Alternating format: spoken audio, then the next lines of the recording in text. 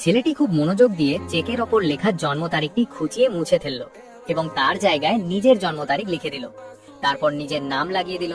এরপর সে একটি মডেল বিমান বের করলো, যেটা আগে থেকেই পানিতে ভিজিয়ে রাখা ছিল। সে বিমানের এয়ারলাইনের লোগো খুলে এনে চেকের ওপর লাগিয়ে দিল। শেষ পর্যন্ত সে চেকটিকে একটি বইয়ের ভেতরে চেপে রেখে সোজা করে নিল।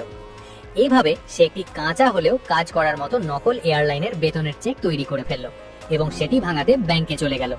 বেশিরভাগ মানুষের জন্য এমন একটি চেক পাস করানো খুবই কঠিন হতো, কিন্তু তার জন্য বিষয়টা সহজ ছিল, কারণ সে জানতো কেমন ধরনের মানুষকে বোকা বানানো সবচেয়ে সহজ। চারপাশে একটু খেয়াল করে দেখার পর তার নজর পড়ল এক সুন্দরী মহিলা ব্যাংক কর্মীর ওপর, যাকে সহজেই বিশ্বাস করানো যাবে বলে মনে হলো। মহিলা হাসি মুখে তাকে স্বাগত জানিয়ে জিজ্ঞেস করলেন, আমি আপনাকে কিভাবে সাহায্য করতে পারি? ছেলেটি বলল যে সে একটি এয়ারলাইনের পাইলট এবং সে তার চেকটি নগদ করতে চায়। ঠিক সেই মুহূর্তেই তার চেকটি পাস হয়ে গেল। প্রথম সাফল্যের পর সে আর থামলো না। সে অনেকগুলো মডেল বিমান কিনতে শুরু করলো এবং বড় পরিসরে নকল চেক তৈরি করতে লাগলো। তারপর বিমানবন্দর ও বিভিন্ন ব্যাংকে গিয়ে সেগুলো ভাঙাতে লাগলো।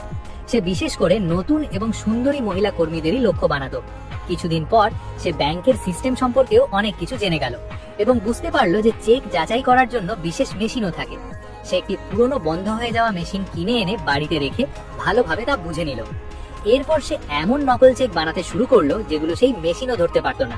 সে পাইলট সেজে বিনা খরচে উড়োজাহাজে ভ্রমণ করত এবং সারা দেশে নকল চেক ভাঙাতে লাগলো। ধীরে ধীরে তার কাছে অনেক টাকা জমে গেল এবং শেষ পর্যন্ত বিষয়টি FBI পর্যন্ত পৌঁছে গেল। একজন এজেন্ট নকল চেকের ওপর লেখা ঠিকানা থেকে তার হোটেল খুঁজে বের করলো এবং বন্দুক নিয়ে তার ঘরে ঢুকে পড়লো। টেবিলের উপর পড়ে থাকা সরঞ্জাম দেখে এজেন্টের মনে হলো যে অপরাধী ধরা পড়ে গেছে। ঠিক তখনই বাথরুম থেকে ফ্ল্যাশের শব্দ শোনা গেল। ছেলেটি শান্তভাবে বাইরে এলো এবং একদমই ঘাবড়ালো না। সে নিজেকে সরকারি এজেন্ট বলে পরিচয় দিল এবং বলল যে সেও সেই অপরাধীকে ধরতে এসেছে। এজেন্টের সন্দেহ হয়েছিল, কিন্তু ছেলেটির শান্ত আচরণ দেখে সে একটু দ্বিধায় পড়ে গেল। ছেলেটি নিজের মানিব্যাগও তাকে পরীক্ষা করার জন্য দিয়ে দিল। ঠিক যখন এজেন্ট মানিব্যাগ খুলতে যাচ্ছিল, তখন ছেলেটি তাকে জানালার কাছে নিয়ে গেল এবং বাইরে তার এক কাল্পনিক সঙ্গীর দিকে ইশারা করতে লাগলো। কথার ফাঁকে সে উল্টো এজেন্টের কাছ থেকেই তার পরিচয়পত্র নিয়ে নিল এবং বলল যে এখন থেকে বাকি কাজ সে সামলে নেবে। কথার মধ্যেই ছেলেটি প্রিন্টার ও চেকগুলো গুছিয়ে নিয়ে ঘর থেকে বেরিয়ে গেল।